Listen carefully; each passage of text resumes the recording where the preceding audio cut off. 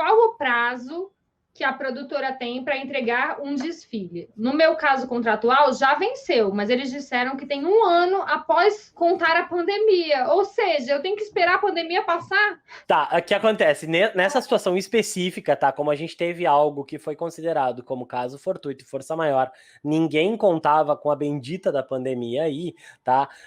Tem uma questão que foi levantada até pelo Supremo, que sobresta alguns prazos. Então, se o teu prazo estourasse antes ali no começo da pandemia, no meio, dentro do período, a partir, eu acho que foi fevereiro, março, eu não me recordo de cabeça agora, mas sim, isso houve uma dilação dos prazos. O que acontece? Mas se esse prazo já estava estourado antes de bater a pandemia, tu pode pedir, sim, uma resilição do contrato, tu pode pedir para devolução proporcional dos valores e tudo mais. E de qualquer forma, caso tu tenha interesse no encerramento desse contrato, né, no caso de encerrar esse contrato, tem que avaliar quais são as cláusulas que falam sobre isso no contrato. Se lá tiver dizendo que, se tu tirou as fotos, o contrato não pode ser desfeito, dá para discutir, porque tu não pode, isso é uma das cláusulas que é considerada a cláusula leonina, tá? Tu não pode ficar completamente amarrada e subserviente a uma empresa por uma informação futura. Tu tem algumas questões que tem que ser levadas em consideração nesse caso. Tem uma mãe que falou aqui, aconteceu uma coisa parecida comigo, mas não foi com a agência, e sim com o ensaio. Eu ganhei uma foto, como o fotógrafo me prometeu, mas agora ele está me cobrando um ensaio de R$850 e eu não tenho esse dinheiro. Isso aí eu já vi muito acontecer também. Você oferece uma foto de graça, você vai lá, o cara faz um book, trocentas fotos e R$1.000. E aí, Léo, como funciona? Isso aí é só isso mau é caráter venda mesmo, né? casada ou doação com encargos. Tu não pode fazer isso. Isso é uma conduta, inclusive, eu não sei se os fotógrafos têm um conselho de ética, mas isso certamente viola um conselho de ética. Olha, se a pessoa tá te cobrando... fazer isso, muito, e se é a bem pessoa feio. tá te cobrando, se ela porventura coloca o teu nome numa inscrição de maus pagadores, se porventura ela tá te coibindo, tá te coagindo a fazer esse pagamento, procura apoio jurídico, tá? Não necessita ser especializado em direito digital, tá? Procura apoio jurídico, porque primeiro, essa cobrança é indevida, segundo, isso é uma venda casada, isso não pode acontecer, e terceiro, se essa pessoa levar a termo e quiser realmente te cobrar, ela vai acabar tendo que te pagar o dobro de volta. Longe de mim ficar colocando pilha errada nas pessoas. Vamos botar pilha sim, seu Léo. Vamos sim, doutor Leonardo Zanata. Uma mãe falando aqui. Fui ameaçada várias vezes pela produtora que eu paguei para minha filha. Ameaçada? Como assim ameaçada, tá, gente? Me conta aí como foi essa ameaça, Dandara. Isso, por favor, por favor. É importante saber porque a gente tem algumas questões sobre quer saber o que tá rolando. Ameaça. Certo. Ameaça é mais grave, né, Zanata? Ameaça é grave, Agenciei meu filho numa agência muito grande, até hoje nada. Depois de muita reclamação, eles começaram a seguir meu filho no Instagram. Eu faço o quê? Me ajudem. Olha... Oh, meu Deus do céu. Ai, que dó, gente. E esses contratos estão ativos. Tem que ver, tem que ver. Gente, muito importante, tá? Alguns pontos para serem levados em consideração. Por favor, da última vez teve bastante gente mandando mensagem no meu direct, eu não consegui nem dar vazão para todas, tá? Muito importante. Identifica se tu tem pagamentos em aberto. Leia o contrato. Pega o Google e o dicionário, caso tenham palavras difíceis, porque esses contratos normalmente têm palavras difíceis, porque eles não são feitos para as pessoas que não são do meio entenderem.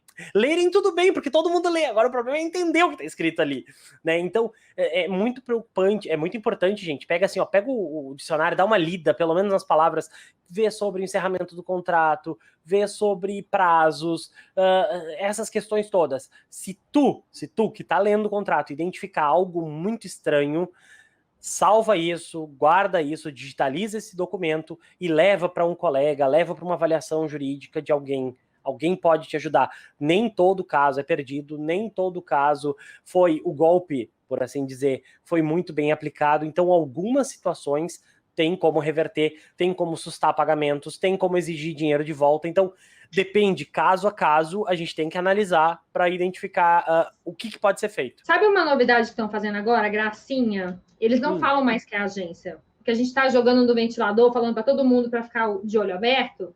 Eles falam que é produtora, eles falam que é sei lá o quê, que é oportunidade, que é teste. E aí marcam com vocês de ir lá com seu filho. Só que você vai e o seu filho vai passar. E aí você vai ter que pagar. Sendo que depois falam que não, que selecionaram outra criança. E aí, Léo, nesses casos é um absurdo maior ainda, né, cara? É um absurdo, é um absurdo. Eu vi uma decisão recente. Direto isso. As mães enganadas, achando que vai ter trabalho, entendeu? Eu vi uma decisão recente, bem interessante, eu acho que foi do Rio de Janeiro, se não me falha a memória, que falou sobre a expectativa frustrada. Né? A mãe teve o direito de uma indenização, foi baixinho, de dano moral, em torno de R$2.000, R$1.500. Mas não, com certeza, não tô menosprezando, longe de mim, mas foi uma indenização para o tamanho do caso e para a repercussão que teve, e já está correndo há um tempo, dessa questão da expectativa frustrada. Criaram todo um cenário, um palco, um circo todo, fizeram toda uma função com a criança, com fotos, com banquinho, com luz, com passarela, aí selecionaram, aí a mãe foi coagida a pagar, pagou, e aí depois disseram que selecionaram outra criança. A situação criada foi tão absurda, a criança ficou tão decepcionada com aquilo, que houve sim cruzaram limites ali, né, e frustraram a expectativa. Né? Desumano, né? E tudo na frente da criança, fizeram todas as tratativas negociais na frente da criança, isso foi um dos pontos que foi levantado. Todas as tratativas do tipo, tu quer realizar o sonho da tua criança, custa só R$2.000, R$1.500, tu pode pagar, já tirando a maquininha do bolso. E aí a mãe, não, mas eu não tenho o dinheiro. Mas olha, tua criança, na frente da criança, isso tudo, gente, isso é errado de muitas formas diferentes. E aí, no fim, correu todo o processo e houve uma condenação de indenização por dano moral pela frustração da expectativa. Eu fico vendo aqui as mãezinhas, as letrinhas subindo. Aconteceu comigo, já aconteceu comigo, e o caramba, e já aconteceu comigo, e já aconteceu com um monte, mas só se nós formos atrás dos nossos direitos é que vai parar de acontecer. Porque enquanto for impune, enquanto vocês não procurarem saber, né, não procurarem, nem que seja justiça gratuita, porque às vezes você não tem condição de pagar um advogado, né? Sim. E tá tudo bem, você pode ir na justiça gratuita. Agora, de repente, você procurando um advogado, você vai gastar, sei lá, R$200, R$300, R$400 para ganhar a tua indenização e o teu dinheiro de volta e a tua paz e aquela sensação de dormir no travesseiro e de dever cumprido, de que uma pessoa pagou por uma coisa errada que ela fez.